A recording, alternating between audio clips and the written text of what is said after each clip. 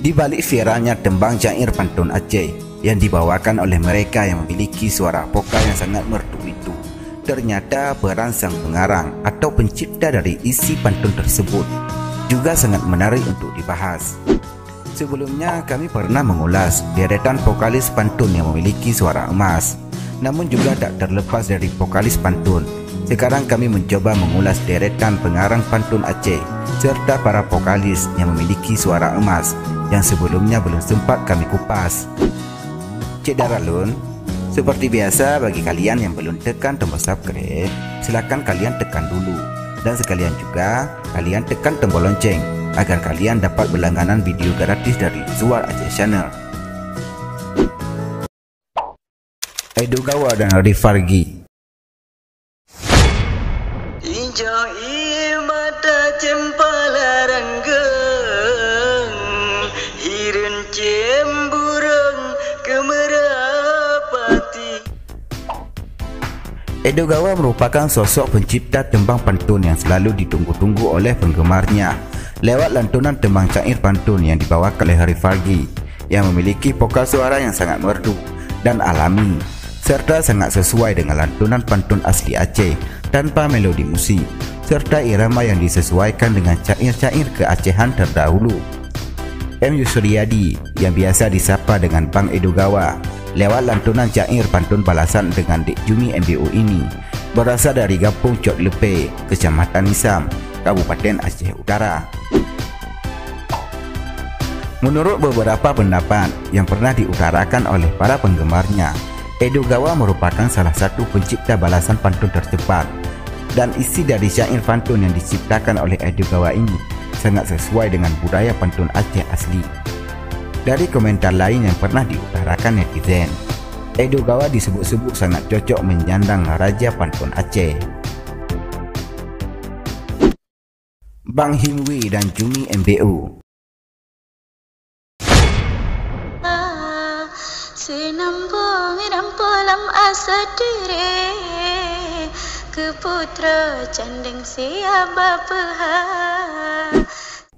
Kalian pasti tak asing lagi dengan vokalis tembang syair pantun Aceh, yaitu Jumi MBO, yang memiliki suara vokal sangat merdu, serta irama pantunnya begitu sesuai dengan lantunan nada syair pantun Aceh yang sesungguhnya.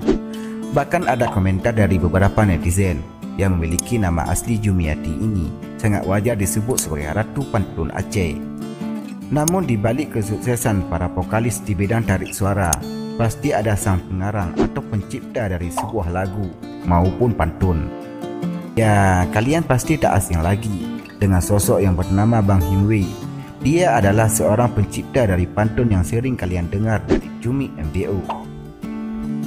Salihin, begitu nama asli dari Bang Himwi yang berasal dari Kampung Paluharaya, Kecamatan Muara Batu, Kabupaten Aceh Utara, merupakan salah satu pencipta balasan pantun tercepat. Jika kita perhatikan, kadang-kadang kosakata bahasa Aceh dalam kalimat pantun yang dibawakan oleh Jumiati ini, yang perannya sebagai Dek Jumi MBO, sangat sukar dimaknai oleh kalangan muda-mudi masyarakat Aceh zaman sekarang. Karena banyak kosakata dalam bahasa Aceh tersebut sudah jarang digunakan dalam percakapan sehari-hari. Amiruddin dan Cut Delisa Putri.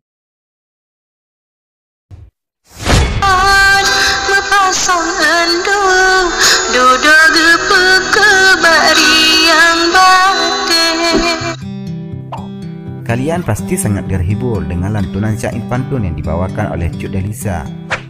Apalagi dengan petikan gaya melodi gitar yang dimainkan oleh sosok gadis cantik asal Aceh Selatan ini. Dalam balasan pantunnya dengan Bang Edo Gawa dan juga MBO, selalu bikin heboh. Pasalnya Delisa ini selalu ingin menantang Jumi MBO dalam kisah cinta segitiga dengan Bang Edo Gawa.